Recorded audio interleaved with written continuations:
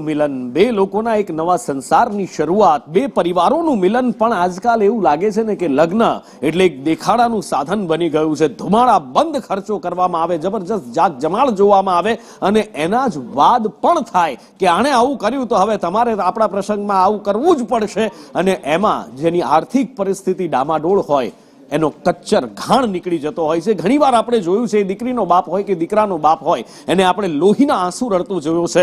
કેટલાક સમાજની અંદર આના માટે જાગૃતિ પણ આવી રહી છે અને ધીમે ધીમે આના પગલા પણ ભરવામાં આવી રહ્યા છે. અને આમાંથી જ એક છે રબારી સમાજ કે જેમના દ્વારા એક સરાહનીય ઠરાવ પસાર કરવામાં આવ્યો છે કે હવે આ ધુમાડા બંધ ખર્ચ અને લગ્નમાં થતા આ દૂષણો હવે આપણે નહીં કરાવીએ.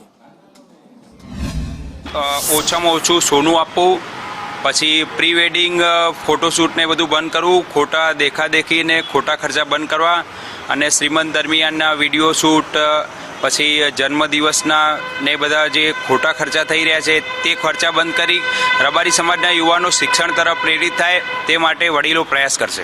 સગાઈમાં પણ એક મોબાઈલની વાત. જી, સગાઈ દરમિયાન જે મોંઘાદાટ મોબાઈલો આપવામાં આવે છે તે કુરિવાજ રબારી સમાજના વડીલોના કહેવા અનુસાર કોર કમિટીની મિટિંગ કરી આ કુરિવાજ બંધ થાય માટે સમસ્ત યુવાનો પ્રયત્ન કરશે.